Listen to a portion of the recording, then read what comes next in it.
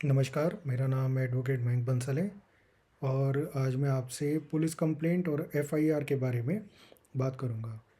देखिए, बहुत से लोग मुझसे पूछते हैं कि ये पुलिस कंप्लेंट क्या होती है, एफआईआर क्या होती है? पुलिस सबसे पहले जाते ही आपके कंप्लेंट लिखती है या एफआईआर करती है?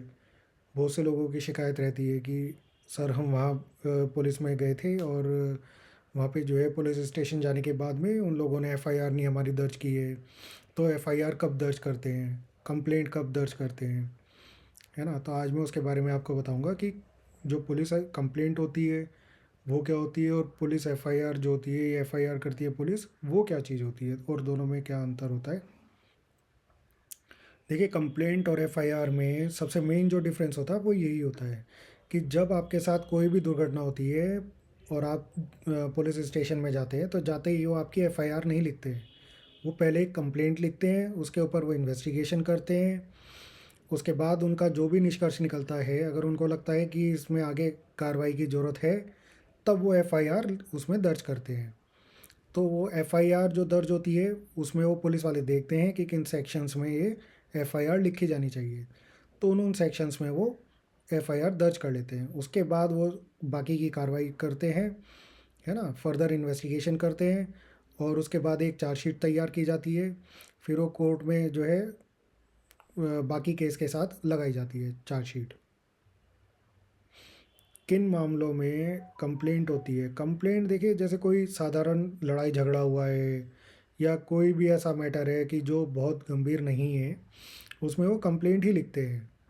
आप कितना भी उनको बोलें कि एफआईआर लिखो, एफआईआर, ऐसा नहीं होता कि आप उनको बोल रहे हैं कि एफआईआर लिखो और वो आपकी जाती है एफआईआर लिख लेंगे, क्योंकि ऐसा तो फिर बहुत उन लोगों के ऊपर जो है बर्डन हो जाता है एफआईआर का ना। तो इसीलिए वो आपकी जाती एफआईआर नहीं लिखते हैं। उसमें उनको टाइम चाहिए होता है, एक प्रोसेस होती है। वो अपनी एक केस डायरी मेंटेन करके रखते हैं कि उसमें कंप्लेंट आई है, उसके बाद उन्होंने क्या इन्वेस्टिगेशन की है, उसमें क्या इंक्वायरी की है, जाके वो ऑन द स्पॉट जो है जांच पड़ताल करते हैं। उसमें अगर उनको लगता है कि हाँ इनकी कंप्लेंट सही है और वो संज्ञान लेने लायक है आगे, तब उसको वो एफआईआर में तब्दील करते हैं। क्या कंप्लेंट एक एफआईआर के बराबर होती है? नहीं, कंप्लेंट एफआईआर के बराबर नहीं होती। कंप्लेंट सिर्फ एक रिटन आपकी जो है एक शिकायत दर्ज कर ली जाती है, उसमें इससे ज़्यादा और कुछ नहीं होता। मतलब उसमें कोई वो आपके सरकारी रिकॉर्ड में इस तरीके से नहीं होती जो वैल्यू एफआईआर की होती है। एफआईआर किन मामलों में होती है? एफआईआर देखिए, जाते ही एफआईआर नहीं होती है। जाते ही एफआईआर गंभीर मामलों में होती है, जैसे मर्डर में, रेप में, है ना? या चाइल्ड अब्यूजिंग में, किसी तरीके का अगर चाइल्ड किडनैपिंग है या किडनैपिंग है, उन सब में एफआईआर जाती हो जाती है। एफआईआर एक ऐसा डॉक्यूमेंट होता है जो एक बार अगर बन गया तो उसके बाद उसको आप वापस नहीं ले सकते। उसमें किसी तरीके की कोई गुंजाइश नहीं होती, और जब ये कॉग्निजेबल ऑफेंस होता है जो संज्ञान लेने लायक होते हैं, सिर्फ उसी में ही एफआईआर तैयार की जाती है। जहाँ ये घटना या दुर्घटना हुई है या जहाँ वो कंप्लेंट करने वाला इंसान रहता है, सिर्फ वहीं पे ये कर सकते हैं आप। क्या हम किसी और एरिया में एफआईआर करा सकते हैं? हाँ, आप किसी और एरिया में एफआईआर करा सकते हैं। उस एफआईआर को कहते हैं जीरो एफआईआर। तो उसमें पुलिस क्या करती है कि आपकी एफआईआर वो लिख लेती है और उसके बाद जब वो उसमें इन्वेस्टिगेशन करती है और उसको पता चलता है कि ये उस संबंधित थाने से नहीं है, और जिस भी संबंधित थाने से वो होता है उसमें उसको ट्रांसफ़र कर दी जाती है। उसको बोलते हैं जीरो एफआईआर। तो हाँ, मतलब किसी भी थाने में जाके आप जो है कंप्लेंट करा सकते हैं और उस बेस पे एफआईआर हो सकती है। लेकिन मोस्ट ऑफ द केसेस, जिस थाने से संबंधित वो दुर्घटना होती है, वहीं पर जो है एफआईआर की जाती है। अगर पुलिस हमारी एफआईआर नहीं लिख रही है, तो हम क्या कोर्ट के थ्रू लिखवा सकते हैं? हाँ, अगर पुलिस आपकी कंप्लेंट नहीं लिख रही है, तो आप जो है वो कोर्ट के थ्रू जाके भी ये कंप्लेंट लिखा सकते हैं अंडर सीआरपीसी सेक्शन 156 सबसेक्शन 3 में। उसमें ये सारा प्रोसीजर है कि किस तरीके से आप जो है कोर्ट के थ्रू जाके पुलिस को ऑर्डर करवा सकते हैं जज के थ्रू कि उसमें वो इन्वेस्टिगेशन कराएं। और उसमें एफआईआर दर्ज करें इन्वेस्टिगेशन के बाद में। क्या हमें एफआईआर की कॉपी मिलती है? हाँ, अगर आप पार्टी हैं तो आपको एक एफआईआर की कॉपी मिलती है। उसमें सारे सेक्शंस लिखे रहते हैं, पार्टी का नाम होता है, और जो भी आपके साथ घटित हुआ है या आपके विपरीत घटित हुआ है वो सब आपको उसमें मिलता है। कंप्लेंट की ज़्यादा वैल्यू होती है या एफआईआर की? देखिए, एफआईआर की ही वैल्यू होती है, कंप्लेंट की कोई वैल्यू नहीं होती। कोर्ट में जब सबमिशन होता है तो वो एफआईआर का होता है, कंप्लेंट का कोई सबमिशन नहीं होता, और कंप्लेंट के ऊपर कोई एक्शन नहीं लिया जाता कोर्ट की तरफ से। उसमें जो एफआईआर होती है सिर्फ वही मान्य होती है, उसी को ही पुलिस का डॉक्यूमेंट मान के कोर्ट उसके ऊपर आगे कार्रवाई देखती है। क्या कंप्लेंट में सेक्शंस होते हैं? नहीं, कंप्लेंट में कोई सेक्शन नहीं होते, उसमें सिर्फ आपके साथ जो भी दुर्घटना हुई है वो लिखित होती है, उसमें वो लिखी हुई होती है, उसके ऊपर पुलिस जो है कार्रवाई करती है, उसमें इन्वेस्टिगेशन करती है और अपनी रिपोर्ट लगाती है। क्या एफआईआर में सेक्शंस घटा और बढ़ा सकते हैं?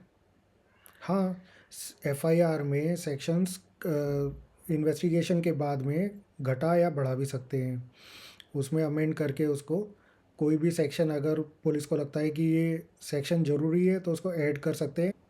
जैसे कि नहीं, दो लोगों में अगर मार पिटाई हुई है और उसके बाद एफआईआर में सेक्शन 307 लगा दिया गया आईपीसी का, है ना, अटेम्प्ट टू मर्डर के लिए, लेकिन इन्वेस्टिगेशन हुई और उसमें पता चला कि मामूली मार पिटाई हुई है, उसमें कोई जान से मारने की कोशिश नहीं की गई, तो उसके बाद जो है वो सेक्शन 307 हटा के उसमें मार पिटाई का सेक्शन जोड़ दिया जाता है, जो कि कम जो है आपराधिक माना जाता है।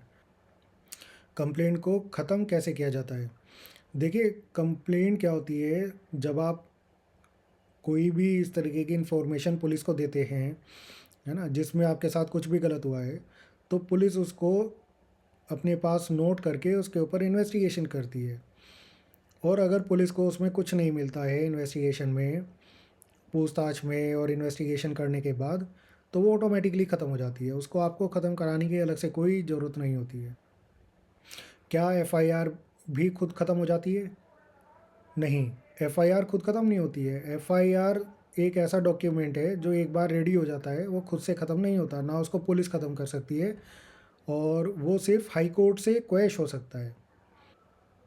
क्या एफआईआर को ख़त्म कराना ज़रूरी होता है? हाँ, एफआईआर अगर आपके ख़िलाफ़ हो गई है या किसी भी पर्सन के ख़िलाफ़ एफआईआर हो जाती है, तो आपके ख़िलाफ़ वो एक डॉक्यूमेंट हमेशा रेडी रहेगा।